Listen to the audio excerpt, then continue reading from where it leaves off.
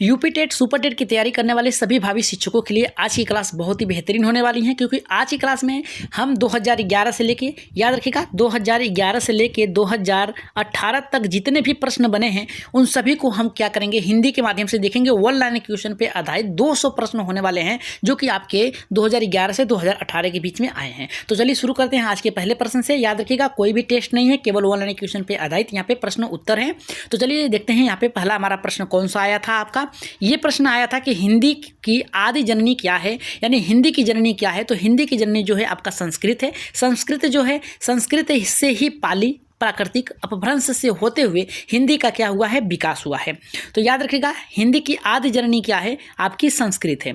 तो यहाँ पे कोई भी भाषा जो निकली है वो संस्कृत से ही निकली है। अगर हम बात करेंगे दूसरा प्रश्न ये करा कि हिंदी दिवस कब मनाया जाता है, तो हिंदी दिवस आपका 14 सितंबर 1949 को संविधान सभा में हिंदी को भारत की राजभाषा के रूप में स्वीकार किया गया था। लेकिन एक महत्वपूर्ण बात यह है, वेरी वेरी इंपॉर्टेंट बात यह है कि हिंदी जो है, याद रखिएगा हिंदी जो है आपकी राजभाषा है, राष्ट्रीय भाषा आपकी क्या है, हिंदी नहीं है। राष्ट्रीय भाषा के रूप में आप अंग्रेजी का प्रयोग करते हैं। वहीं पे तीसरा प्रश्न जो आया था आपका कि पवन का संधि विच्छेद क्या है, तो पवन का संधि विच्छेद होगा आपका पो धन अन। ये कौन सी संधि है, तो अयादि संधि है। नियम के अनुसार ओ के बाद क्या है, भिन्न स्वर आने पर ये अव हो जाता है। नेक्स्ट प्रश्न जो आया था आपका, नेक्स्ट प्रश्न आया था कि यशोदा में कौन सी संधि है, तो यशोदा में जो संधि है विसर्ग संधि है। इसका विच्छेद करने पर यशः धन आपका दा आ जाता है, जो विसर्ग संधि ओ हो जाता है। ये कौन सी संधि है आपका, याद है यशोदा में, तो यहाँ पे विसर्ग संधि है। अगर हम पंचवटी में कौन सा समास है,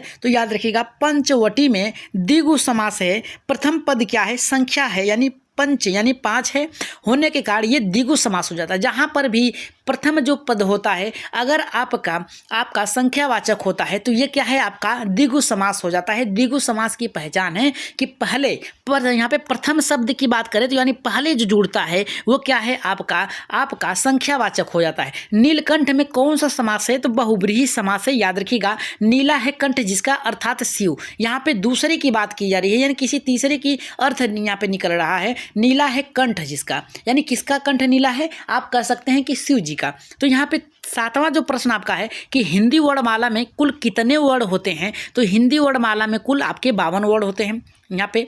और यहाँ पे कह रहा है कि हिंदी वर्णमाला में 11 स्वर होते हैं, 33 व्यंजन, 4 संयुक्त व्यंजन हो जाते हैं, जिसे मिला के आपके 52 वर्ण हो जाते हैं। इतना याद रखिएगा। य र ल व किस प्रकार का व्यंजन है, ये अंतस्थ व्यंजन है। इसका उच्चारण स्थान कौन सा है, याद रखिएगा इसका उच्चारण स्थान व्यंजन के मध्य स्थित होता है।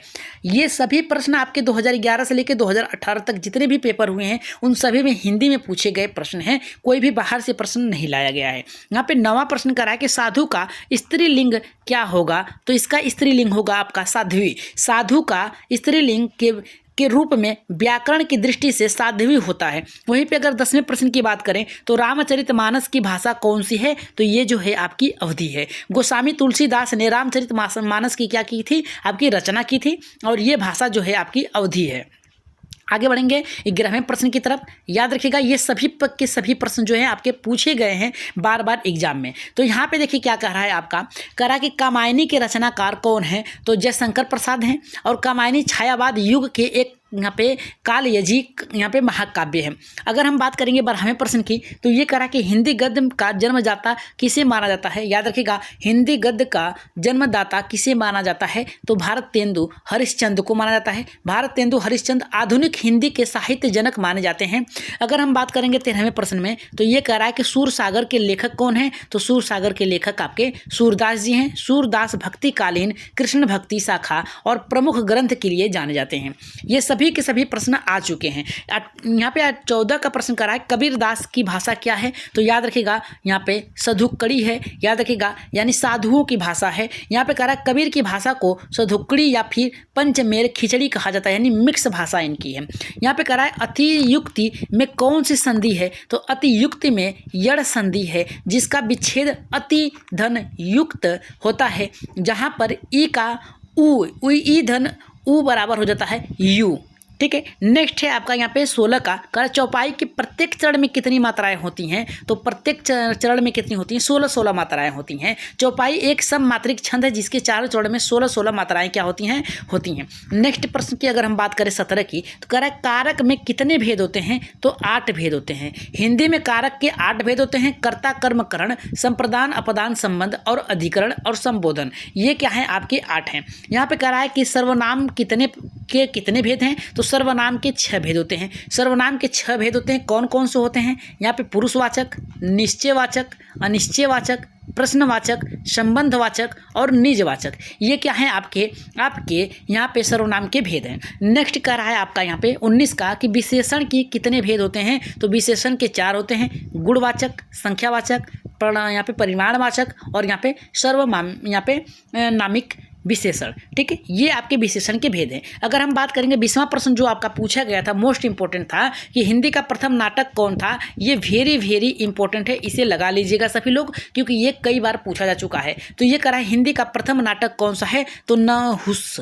याद रखिएगा कौन सा है, नहुस है। गोपाल चंद्र गिरधर दास द्वारा रचित नहुस को हिंदी का प्रथम नाटक कहा जाता है। बात करेंगे 21वें प्रश्न की ओर।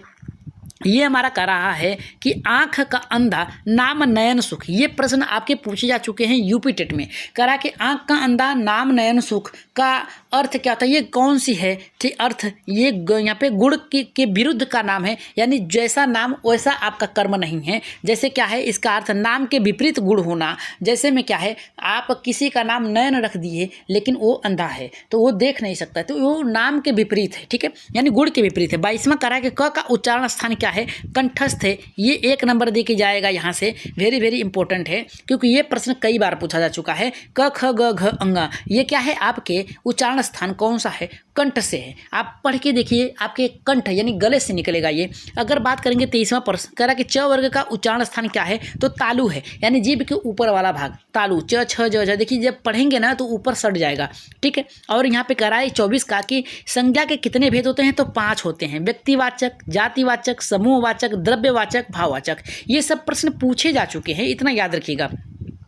नेक्स्ट कह रहा है कि समास के मुख्य कितने भेद होते हैं, तो समास के कुल 6 भेद होते हैं। अब वैभाव समास, तत्पुरुष समास, कर्मधारय, द्विगु, द्वंद्व और बहुब्रीहि। ठीक है, ये समास के भेद हैं मुख्य, जो कि 6 होते हैं। अगर बात करेंगे 26वें की, तो संधि के कितने भेद होते हैं, तो 3 होते हैं, स्वर संधि, व्यंजन संधि और विसर्ग संधि। विसर्ग संधि हमेशा इस प्रकार से लगता है। ठीक है, नेक्स्ट कह रहा है आपका 27 का कि रस के मुख्य भेद कितने होते हैं, तो 9 होते हैं। आश्चर्य भरत मुनि ने रसों की संख्या कितनी मानी है, 8, लेकिन सामान्यतः ये कितने होते हैं, 9 होते हैं।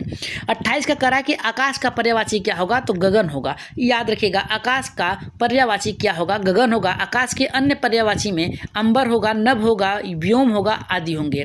नेक्स्ट कह रहा है आपका 29 का कि अमृत का विलोम क्या होगा, तो अमृत का विलोम यानी उल्टा होगा आपका विष। अमृत का अर्थ सुधा और विष का अर्थ जहर होता है।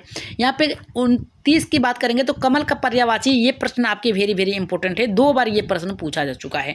पंकज होता है, पंकज जो होता है कीचड़ में जन्म लेने वाला, अर्थात कमल होता है।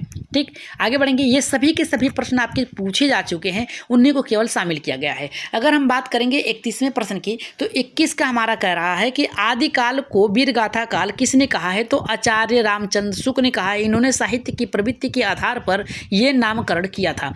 वहीं पर कह रहा है आपका 32 का कि हिंदी के प्रथम यहाँ पे व्याकरणकर्ता कौन थे, तो यहाँ पे आपके जोशुआ केटल थे। इन्होंने हिंदुस्तान सागर नाटक पुस्तिका लिखी थी। बहुत ही इंपॉर्टेंट प्रश्न है, याद रखिएगा। ये 33 का कह रहा है आपका उपसर्ग शब्द कहाँ से जुड़ते हैं, तो ये उपसर्ग जो होते हैं आगे से जुड़ते हैं, प्रत्यय जो है पीछे से जुड़ते हैं। यानी प्रत्यय शब्द कहाँ जुड़ते हैं, तो पीछे से। याद रखिएगा, उपसर्ग आगे लगता है और प्रत्यय जो होता है पीछे लगता है। उपसर्ग शब्दांश में जोड़े जाते हैं, जो शब्द के पूर्व में लगकर अर्थ बदल देते हैं। प्रत्यय जो होते हैं शब्दांश, वो शब्दांश है जो कि शब्द के अंत में लगकर क्या करते हैं, अर्थ को बदल देते हैं। क्रिया के मूल रूप को क्या कहा जाता है, तो धातु कहा जाता है। जैसे पढ़ लिख चल के क्रिया के यहाँ पे मूल रूप से ये क्या है, आपके धातु हैं। बात करेंगे अगर हम लिंग कितने प्रकार के होते हैं, तो 2 होते हैं, स्त्रीलिंग और यहाँ पे पुल्लिंग। दूसरा कह रहा है कि दोहा के कितने चरण होते हैं, तो 4 चरण होते हैं। दोहा के अर्ध यहाँ पे सममात्रिक छंद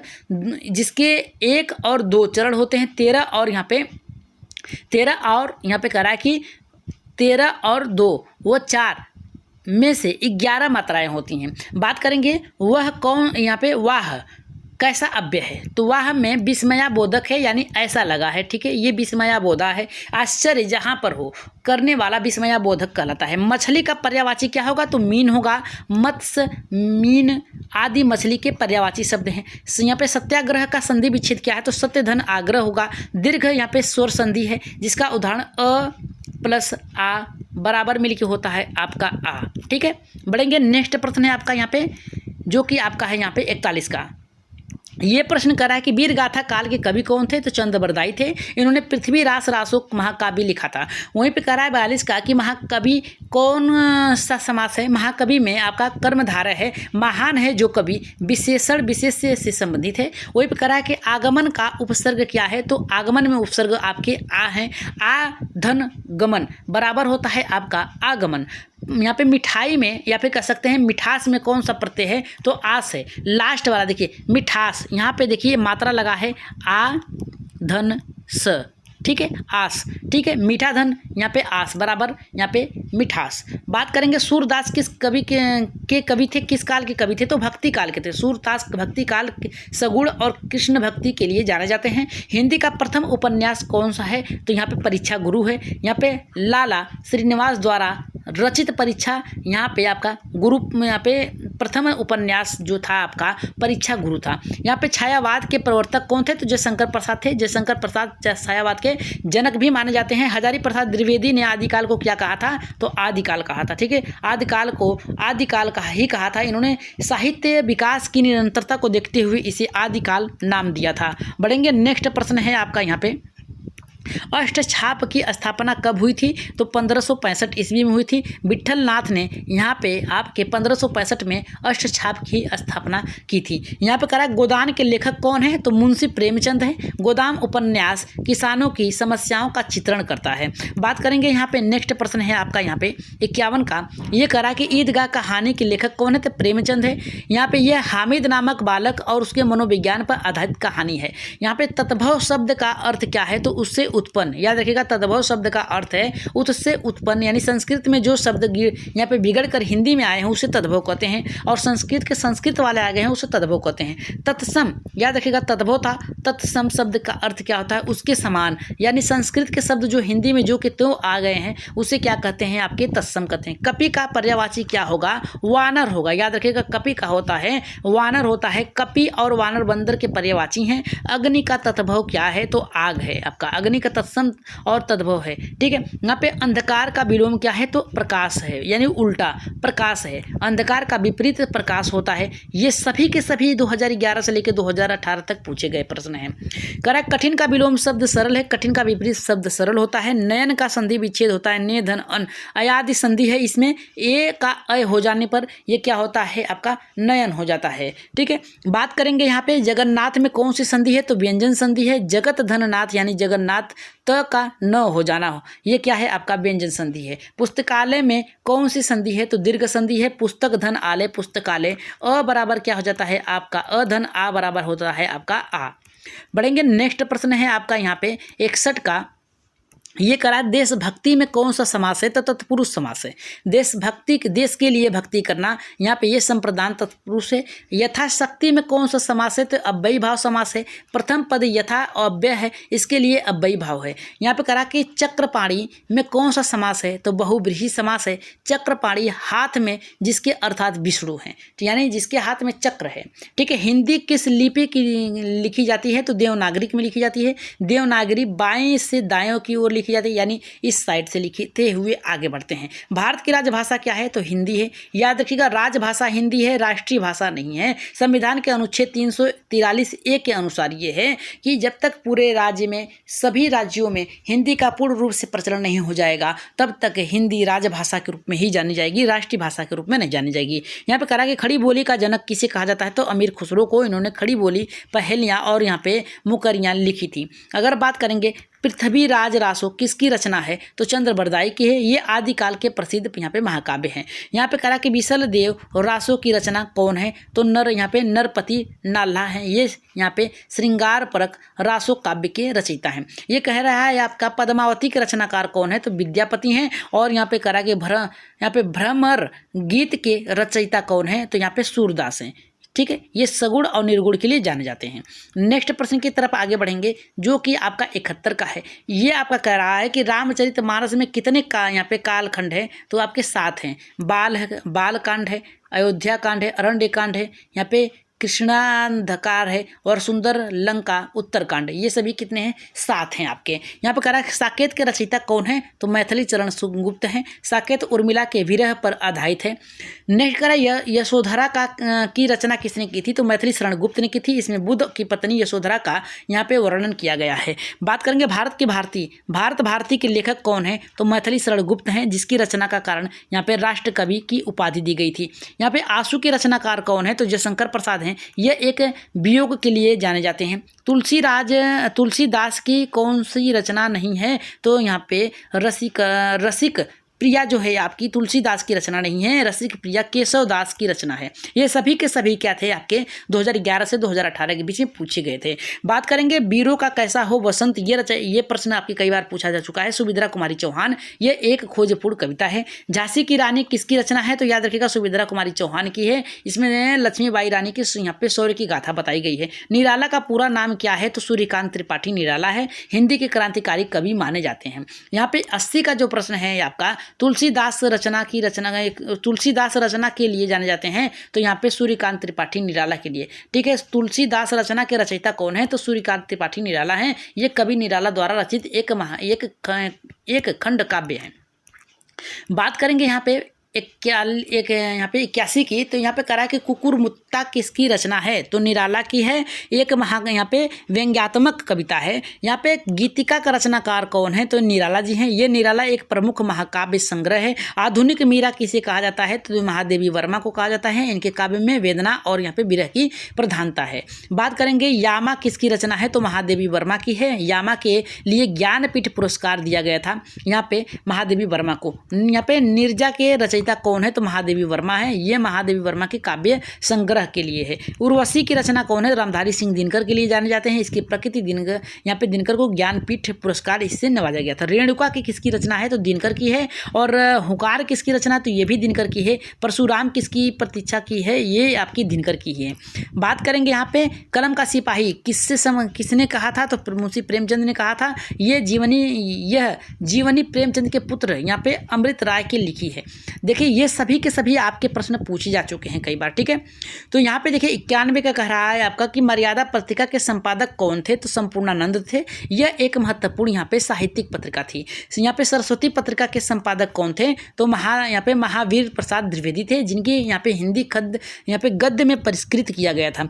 हिंदी प्रदीप के संपादक कौन थे? तो बालकृष्ण भट्ट थे। भारतेंदु युग के प्रमुख पत्रिका थी। यहाँ पे आनंद यहाँ पे कादम्बनी की संपादन कौन थी? रविंद्र नारायण चौधरी प्रेम घन थे। मिर्जापुर के प्रकाशित होने वाली पत्रिका है ये। यहाँ पे नगरी यहाँ पे प्रचारिणी सभा की स्थापना कब हुई थी? तो 1893 में हुई थी। इसका उद्देश्य हिंदी भाषा को प्रचार में करना था। बात करेंगे काशी नगरी यहाँ पे करा कि काशी नगरी प्रचारिणी सभा के यहाँ पे संस्थापक कौन थे? सुंदरलाल दास थे। श्याम सुंदर दास थे। इसमें रामचरण मिश्र और यहाँ पे ठाकुर शिव कुमार सिंह का भी सहयोग है। करा कि हिंदी साहित्य का सम्मेलन कब हुआ था? तो 1910 में प्रयाग में इसकी स्थापना हुई थी, यानी इलाहाबाद में। करा कि ज्ञानपीठ पुरस्कार किस क्षेत्र में दिया जाता है? तो साहित्य के क्षेत्र में दिया जाता है। यह भारत का यहाँ पे साहित्य का सर्वोच्च सम्मान माना जाता है। दूसरा हमारा कह रहा है नेक्स्ट की हिंदी में प्रथम ज्ञानपीठ पुरस्कार किसे मिला था? तो यहाँ पे सुमिंद्रानंद पंत को मिला था।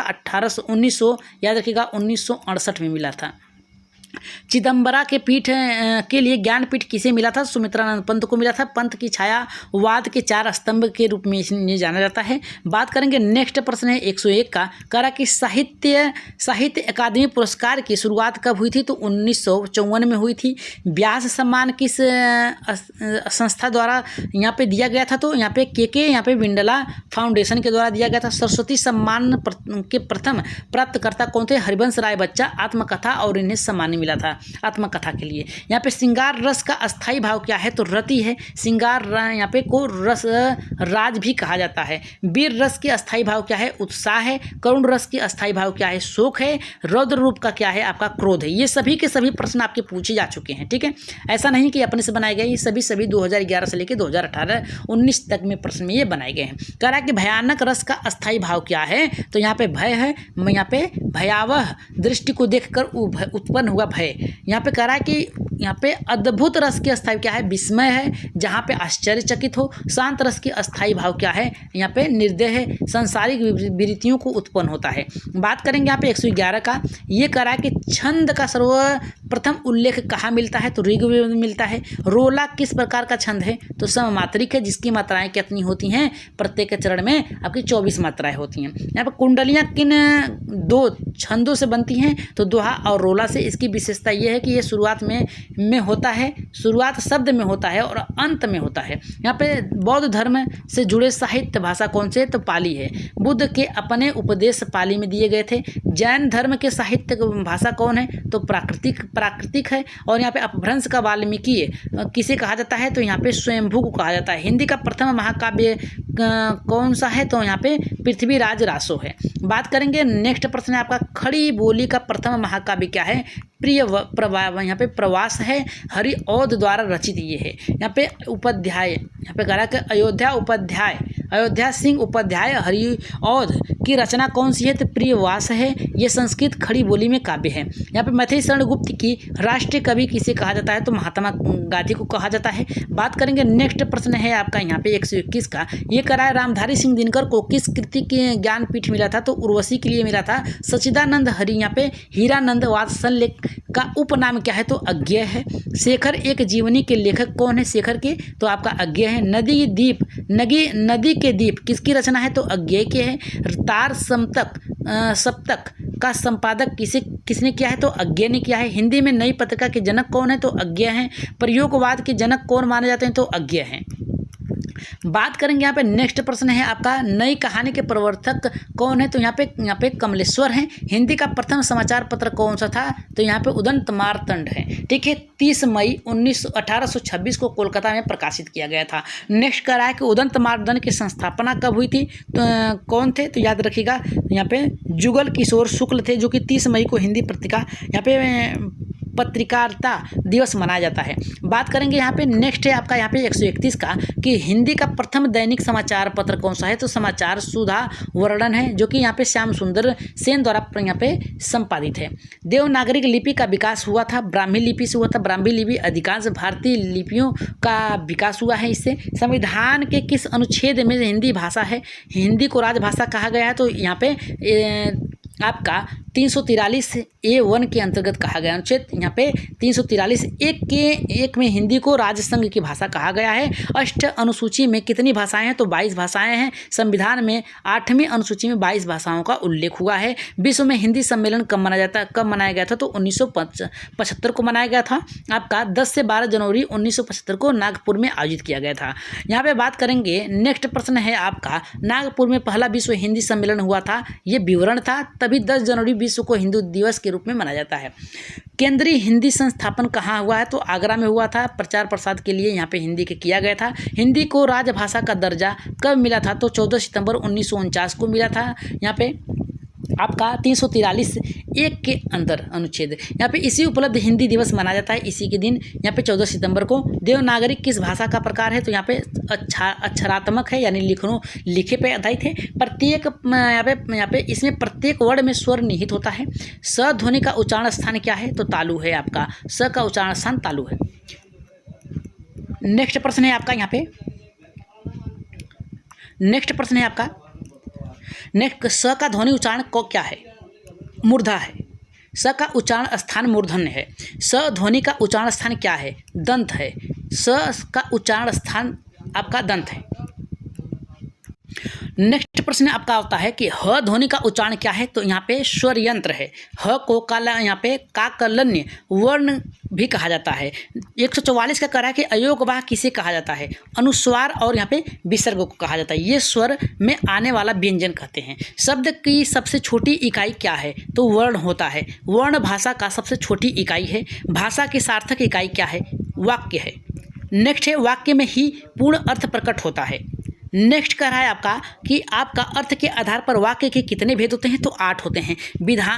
विधानवाचक, निषेधवाचक, आज्ञावाचक आदि। नेक्स्ट कह रहा है आपका कि 148 रचना के आधार पर वाक्य के कितने भेद होते हैं। 3 भेद होते हैं, सरल, संतुलन और मिश्रित। नेक्स्ट कह रहा है कि 149 का संयुक्त वाक्य का उदाहरण क्या है। और तथा यहाँ पे यथा से जुड़ा हुआ है। ठीक है।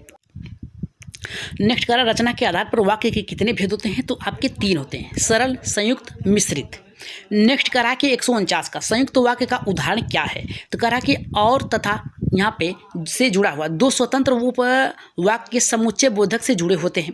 नेक्स्ट आपका कह रहा है कि मिश्रित वाक्य का उदाहरण क्या है। तो ये कह रहा है कि जो को से जुड़ा होता है। इसमें क्या होता है कि मुख्य से बाकी मिश्रित उपन्यास होता है। ठीक है, उपवाक्य होता है।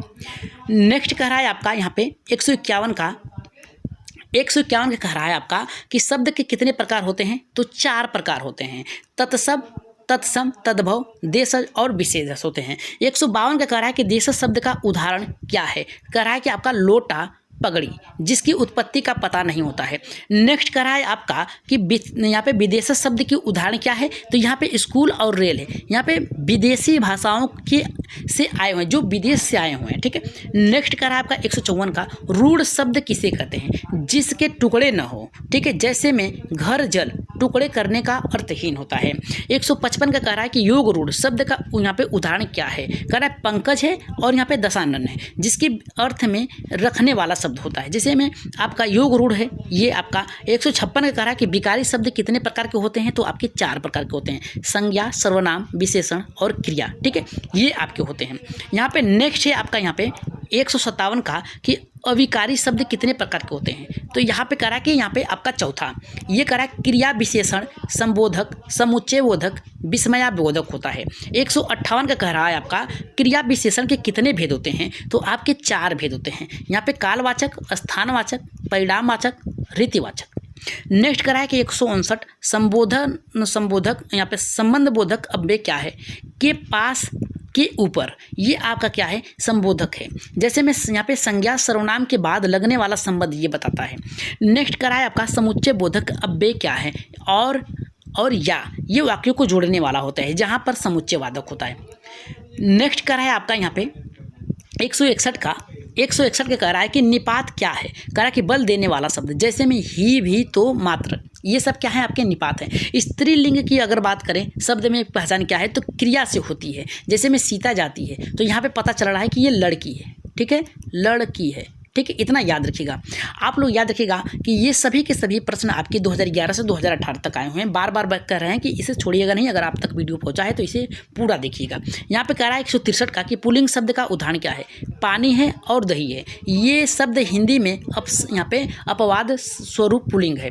नेक्स्ट कह रहा है 164 का कि बहुवचन का प्रयोग किसमें होता है। कह रहा है कि आदर देने वाले में होता है। जैसे में पिताजी आए हैं। ठीक है, ये क्या है आपके बहुवचन है, इसमें आदर देने वाला होता है। भूतकाल की बात करें कितने भेद होते हैं। तो 6 भेद होते हैं, सामान्य, आसन्य, पूर्य, अपूर्य, संगिध, हेतु, हेतुमद। ठीक है। 166 का कह रहा है कि वर्तमान काल के कितने भेद होते हैं। तो 3 भेद होते हैं। कह रहा है कि सामान्य, अपूर्ण और संदिग्ध। नेक्स्ट कह रहा है 167 का कि भविष्य काल के कितने भेद होते हैं। तो 3 भेद होते हैं। ठीक है, सामान्य, संभाव्य, हेतु और यहाँ पे तुममद। नेक्स्ट कह रहा है कि 168 का वाच्य कितने प्रकार के होते हैं। तो 3 प्रकार के होते हैं। यहाँ पे कर्तव्यवाच्य, कर्मवाच्य और भाववाच्य। ठीक है। नेक्स्ट आपके आते हैं 169 का कह रहा है कि कर्तव्यवाच्य की प्रधानता किसकी होती है। तो कर्ता की होती है। क्रिया कर्ता के अनुसार बदलती रहती है। कर्मवाच्य की प्रधानता में किसकी होती है। तो आप याद रखिएगा कर्म की होती है। इसमें क्रिया जो होती है कर्म के अनुसार बदलती है। तो आपका यहाँ पे कर्मवाच्य होता है। अगर हम बात करेंगे 171 की, तो ये कह रहा है आपका कि भाववाच्य में प्रधानता किसकी होती है। तो भाव की होती है। क्रिया सदा पुल्लिंग और अन्य वचन के एक वचन में होती है। यहाँ पे कह रहा है कि उपसर्ग की संख्या कितनी होती हैं? तो आपके 22 होती हैं, जिसमें संस्कृत में उपसर्गों की संख्या कितनी होती है? 22 होती है। यहाँ पे 173 कह रहा है कि हिंदी में उपसर्ग कितने होते हैं? तो 13 होते हैं। कुल प्रमुख हिंदी में उपसर्ग होते हैं 13। यहाँ पे कह रहा है कि उर्दू के उपसर्ग कितने होते हैं? तो आपके 19 होते हैं, आगत उपसर्ग जो कि हिंदी से प्रचलित होते हैं। यहाँ पे 175 कह रहा है कृत प्रत्यय किसके साथ जुड़ते हैं? तो क्रिया के साथ जुड़ते हैं, क्रिया या धातु के साथ जुड़कर कृदंत बनते हैं। यहाँ पे 176 का कह रहा है कि यहाँ पे तद्धित प्रत्यय किसके साथ जुड़ते हैं? तो यहाँ पे आपके संज्ञा सर्वनाम के साथ, संज्ञा सर्वनाम विशेषण के साथ जुड़ जाते हैं। यहाँ पे 177 का कह रहा है समास का अर्थ क्या है? यहाँ पे कह रहा है कि संक्षेप, दो या दो से अधिक शब्दों के मेल को क्या कहते हैं? समास कहते हैं। 178 का प्रश्न कर रहा है कि अव्ययी भाव का प्रथम पद कैसा होता है? तो प्रधान होता है। अव्ययी भाव में पहला पद अव्यय से प्रधान हो जाता है। 179 का कह रहा है आपका कि तत्पुरुष समास की प्रधानता क्या है? तो उत्तर पद होती है। दूसरा पद क्या होता है? इसमें प्रधान होता है। तब आप समझ सकते हैं कि ये तत्पुरुष समास होता है। 180 का कह रहा है कि द्वंद्व समास में क्या होता है? तो दोनों पद क्या होते हैं? प्रधान होते हैं। दोनों पदों के बीच और या का लोप हो जाता है। ठीक है। नेक्स्ट प्रश्न है 181 का। इसमें कह रहा है कि द्विगु समास में क्या होता है? तो यहाँ पे संख्यावाची होता है। पहला पद संख्यावाची विशेषण होता है। 182 का कह रहा है कि अलंकार का अर्थ क्या होता है? तो आभूषण होता है। काव्य की शोभा बढ़ाने वाले को क्या कहते हैं? अलंकार कहते हैं। यानी आप कह सकते हैं आभूषण, इसका क्या होता है? अर्थ होता है। यहाँ पे अनुप्रास अलंकार क्या होता है? तो वर्णों की आवृत्ति जो होती है, जैसे चारुचंद की चंचल किरणें, यानी एक ही क्या है, यहाँ पे आवृत्ति हो रही है वर्णों की। नेक्स्ट कह रहा है यमक अलंकार क्या होता है? तो शब्दों की आवृत्ति होती है, शब्दों का प्रयोग अलग अलग तरीके से होता है। नेक्स्ट कह रहा है कि श्लेष अलंकार का अर्थ क्या है? तो चिपका हुआ होना चाहिए। ठीक है, होता है। एक शब्द के अनेक अर्थ होते हैं। नेक्स्ट कह रहा है आपका उपमा के कितने अंक होते हैं? अंग होते हैं तो 4 अंग होते हैं। उपमेय, उपमान, वाचक शब्द, साधारण दर्भ। नेक्स्ट करा के 187 का रूपक अलंकार कहाँ होता है? तो यहाँ पे अभेद आरोप होता है। यहाँ पे उपमेय में उपमान की यहाँ पे क्या होती है? भेद नहीं होता है। 188 का उत्प्रेक्षा अलंकार का वाचक शब्द होता है मनु और यहाँ पे जनु। कल्पना का संभावना व्यक्त की जाती है इसमें। ये 189 का कह रहा है कि अतिशयोक्ति अलंकार कब होती है? तो यहाँ पे बढ़ा चढ़ा कर जब बात होती है तो वहाँ पे क्या होती है? अतिशयोक्ति होती है। बात को वास्तविक से बहुत अधिक बढ़ा देना। 190 कह रहा है कि यहाँ पे विभावना अलंकार क्या होती है? तो ये के कान के बिना होता है। जैसे में बिनु पद चले, सुने बिनु काना। ठीक है, ये होता है आपका। नेक्स्ट है आपका यहाँ पे 191 का मुहावरा किस भाषा का शब्द है? तो अरबी भाषा का है। हिंदी में अरबी मूल शब्द बहुत होते हैं। जैसे लोकोक्तियों का अर्थ क्या होता है? तो लोक की युक्ति यानी जन धारणा का प्रचलित होना होता है। हिंदी वर्णमाला में व्यंजनों की संख्या कितनी होती है? तो 33 होती है। मूल यहाँ पे व्यंजन जो होती हैं 33 माने जाते हैं। अंतस्थ व्यंजन कौन होते हैं? य, र, ल, व होते हैं। इसका उच्चारण कम संघर्षपूर्ण होता है। यहाँ पे देखिए आपका 95 कह रहा है 195 का उसमें व्यंजन कौन है? स, स, ह होते हैं। इसके उच्चारण मुख उष्मा से निकलती है। यहाँ पे 196 का कह रहा है कि संयुक्त व्यंजन कौन होते हैं? यहाँ पे छ, त्र, ज्ञ और श्र होते हैं। ये दो व्यंजनों के मेल से बने होते हैं। यहाँ पे द्वित व्यंजन का उदाहरण क्या है? दिल्ली और बिल्ली। ठीक है, इसमें देखिए आधा ल लगा है। ठीक है, एक ही व्यंजन की 2 बार आवृत्ति आ जाना। ठीक है, जैसे नन्ना। ठीक है, यहाँ पर भी होगा। यहाँ पे नासिक के व्यंजन कौन सा होता है? ड़, झ, ड़, न, म होता है। और यहाँ पे 199 का कह रहा है कि अर्ध स्वर कौन होते हैं? तो य, व होते हैं। ये कभी स्वर और कभी व्यंजन की तरह यहाँ पे व्यवहार करते हैं। लुंठित व्यंजन कौन सा होता है? तो र होता है। ठीक है, जहाँ जिभिया उलट जाए आपकी। ठीक है, र के उच्चारण स्थान जीभ से होती हैं। अगर आज की क्लास बेहतर लगी हो तो लाइक शेयर सब्सक्राइब कर दीजिएगा और बताइएगा कि आज की क्लास 1 लाइनर पे आधारित आपके हिंदी के 200 प्रश्न कैसे लगे। ये सभी के सभी 2011 से 2018-19 के बीच में आए हुए प्रश्न से संबंधित थे। ठीक है, एक भी प्रश्न बाहर से नहीं थे। तो आज की क्लास के लिए एक लाइक, एक सब्सक्राइब कर दीजिएगा। जल्द ही आपको मिलेगा टेलीग्राम या फिर व्हाट्सएप ग्रुप में। ठीक है, तो आज के लिए इतना ही। धन्यवाद।